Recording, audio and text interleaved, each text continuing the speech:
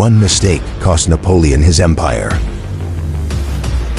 The last gamble of a fallen emperor. Are you ready to hear this battle story? On the gray morning of June 18, 1815, rain still clung to the fields of southern Belgium as a thin mist drifted across the rolling hills. The air smelled of wet earth and gunpowder, a silent prelude to the roar that would soon shake Europe. This was Waterloo, a quiet farming village destined to lend its name to one of the most decisive battles in history. On that day, two armies faced each other across a muddy valley. On one side stood the forces of the 7th Coalition British, Dutch, Belgian, and German troops commanded by the cool and calculating Duke of Wellington. On the other stood the veterans of the Grande Armée, led by the man who had once made emperors tremble, Napoleon Bonaparte.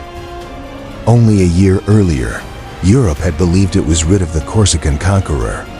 Defeated in 1814, Napoleon had been exiled to the small Mediterranean island of Elba, a gilded prison where the world thought his ambitions would fade.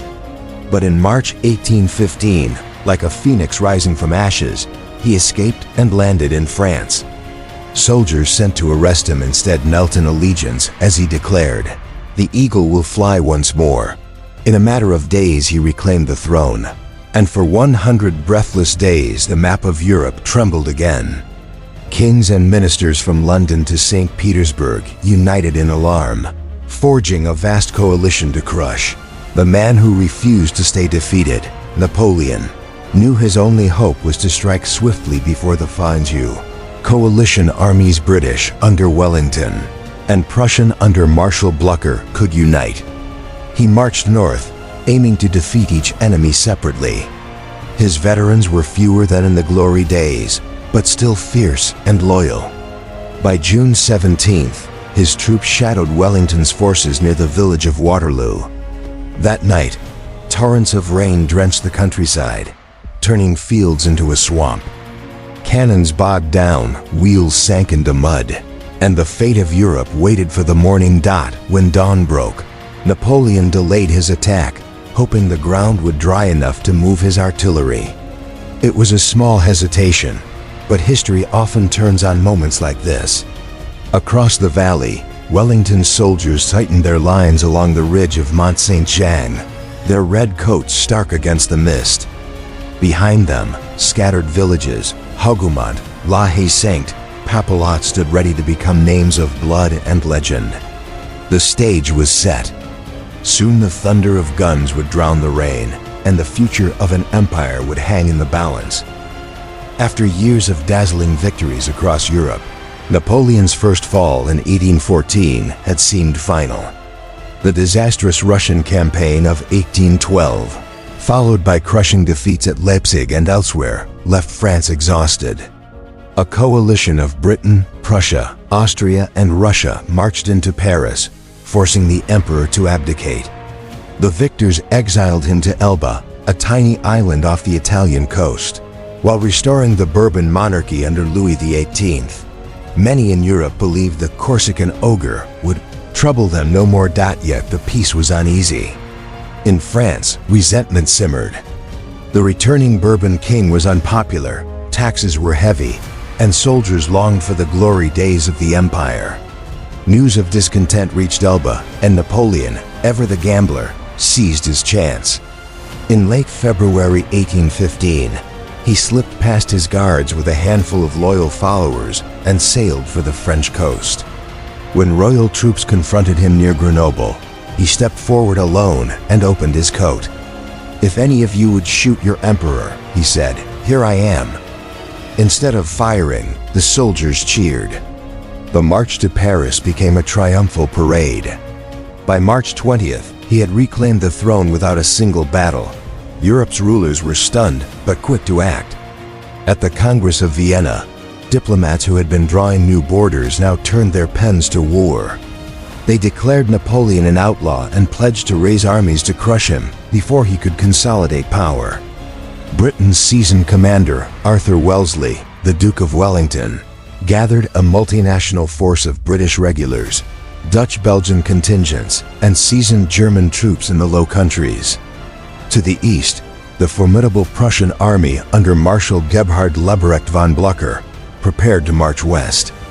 Together, these forces formed the Seventh Coalition, determined to end Napoleon's reign once and for all. Napoleon understood the peril. France could not withstand a prolonged struggle against the combined might of Europe. His only chance lay in speed and surprise, defeat the Allies in detail before they could unite. In June 1815, he struck north toward Belgium, hoping to smash Wellington and Blücher separately. If he succeeded, he might force a favorable peace or at least regain the aura of invincibility that once made Europe bow down the battlefield. That would decide Napoleon's fate lay just south of Brussels, near the small village of Waterloo. Rolling farmland stretched in gentle ridges, cut by hedgerows and dotted with sturdy farmhouses. At first glance it seemed peaceful, but its contours offered Wellington a natural defensive position. He anchored his line along the Mont Saint-Jean Ridge, a shallow rise that gave his troops a commanding view and protection from French artillery fire. Key strongpoints, Hougoumont on the right, La Haye-Saint in the center, and Papelotte on the left, were fortified as bastions to slow any French advance. The weather, however, would shape the day as much as the land. On the night of June 17th, relentless rain drenched the fields, turning the heavy clay soil into a sucking quagmire. For Napoleon, whose strategy relied on swift movement and devastating artillery barrages, the mud was a silent enemy. Cannon and supply wagons bogged down. Cavalry horses struggled for footing. Every hour the ground stayed wet eroded the advantage of the Grande Arme Acute that Napoleon brought to the field about 73,000 veteran seasoned infantry, elite cavalry, and a formidable artillery park of more than 200 guns. Facing him were roughly 68,000 of Wellington's multinational troops, disciplined British regulars, Dutch-Belgian soldiers, and well-trained German contingents from Hanover, Brunswick, and Nassau.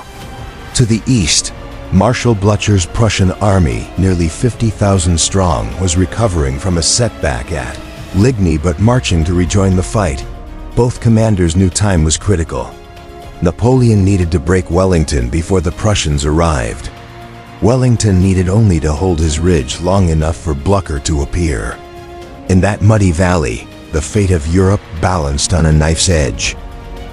When the gray light of June 18th finally broke through the clouds, the sodden fields between the two armies still glistened with standing water. Napoleon waited, hoping the ground would dry enough for his cannons to roll freely. Each hour that passed gave Wellington more time to fortify and brought the Prussians closer. At last, around late morning, the Emperor ordered the attack to begin. The opening salvo came from the French Grand Battery, over 200 guns, unleashing a deafening barrage across the valley. The thunder of artillery shook the hills, sending plumes of earth and smoke skyward. Under this cover, Napoleon directed a diversionary assault on the walled farm of Hougoumont at the Allied right. He intended to draw Wellington's reserves away from the center, but the clash at Hougoumont became a bloody struggle of its own. British guards and German troops held the gates against repeated charges, even as fires raged inside the compound. French columns broke against the stone walls and hedges, suffering thousands of casualties. Instead of a feint, Hougoumont turned into a costly trap that absorbed French strength all day. Shortly after noon, Napoleon shifted focus to the center. Infantry under Durlin advanced in dense columns toward the ridge, aiming to seize the strategic crossroads near the village of Mont Saint-Jean. The fields were still slick with mud, slowing their march. Wellington's men waited until the French were within range, then unleashed disciplined volleys. The Allied left wavered under pressure, but a sudden countercharge by British heavy cavalry, the Scots Greys and Household Brigade, smashed into the French columns. Sabers flashed as horses thundered downslope, scattering the attackers and capturing several eagles, the proud standards of the French regiments. Yet the cavalry pressed too far. finding themselves beneath the muzzles of French reserves and suffering heavy losses as they withdrew by early afternoon. Napoleon's gaze turned to the sturdy farmhouse of La Haye-Sainte at the Allied center. Its defenders, Hanoverian riflemen, fought tenaciously, pouring fire from windows and loopholes. French skirmishers surrounded the building, and after hours of fierce combat, they finally seized it in the late afternoon. Control of La Haye-Sainte gave the French a foothold close to Wellington's main line and a platform for their artillery, threatening to split the Allied army in two. Meanwhile, Marshal Ney, convinced that Wellington's center was faltering, launched one of the most dramatic cavalry assaults in European history. Waves of cuirassiers and lancers surged up the muddy slope, expecting to scatter retreating foes. Instead, they met an unyielding wall of Allied infantry squares-tight formations, bristling with bayonets. Each face of the square, a deadly firing line. Volley after volley ripped through the horsemen. The French charged again and again, some reports counting as many as 12 separate assaults. The ground became a churn of mud, blood, and dying horses, yet the squares held firm. Without infantry or artillery support, Ney's cavalry could not break through and fell back battered and exhausted. Late in the day, a distant rumble of guns signaled a turning tide. The Prussians, under Marshal Blücher, had overcome their defeat at Ligny and were arriving on the French right flank near the village of Plancenoit. Napoleon hurriedly diverted his young guard and other reserves to stem the oncoming tide. The fight for Plancenoit was savage street to street, house to house, yet the Prussians pressed relentlessly, threatening to envelop the French as evening approached. With pressure mounting from both Wellington in front and Blücher on the flank, Napoleon played his final card. He ordered his old guard, the most seasoned and loyal veterans of the empire, to advance up the slope toward the Allied center. Their dark bearskin caps and immaculate ranks inspired awe and fear. They had never broken in battle. Drums rolled, and the old guard climbed the hill into a storm of musket fire and canister shot. Wellington's infantry, hidden behind the crest, rose and fired point blank. The guard staggered, wavered, and for the first time in their storied history, began to fall back. Cries of "La Garde recule! The Guard is retreating!" swept through the French lines. Panic spread like wildfire. What began as an orderly withdrawal dissolved into chaos as soldiers and civilians alike fled the field. Darkness fell over a scene of carnage. Tens of thousands dead or wounded. Fields littered with broken cannon, shattered muskets, and the echoes of a dream collapsing by the time the last shots faded. The once mighty Grande Armée was in full retreat toward the French border. Wellington stood grim but triumphant atop the ridge, while Blücher's men pursued the fleeing French through the night.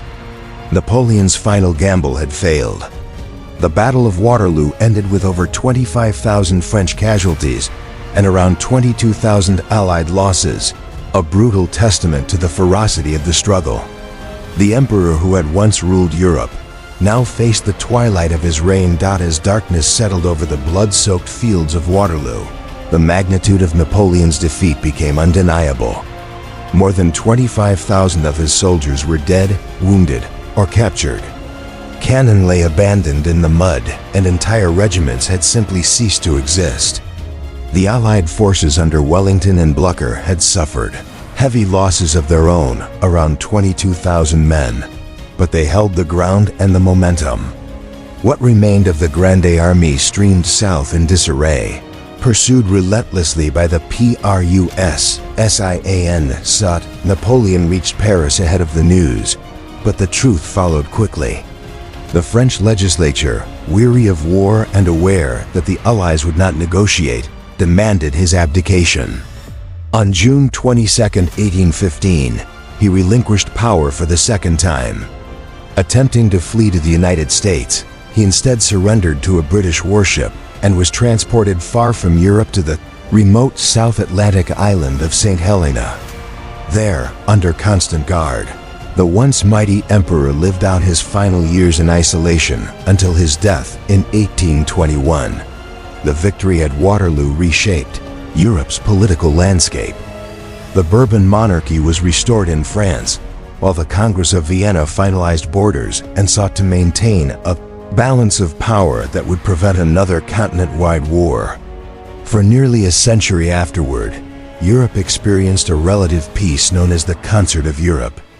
Yet the name Waterloo endured beyond diplomacy.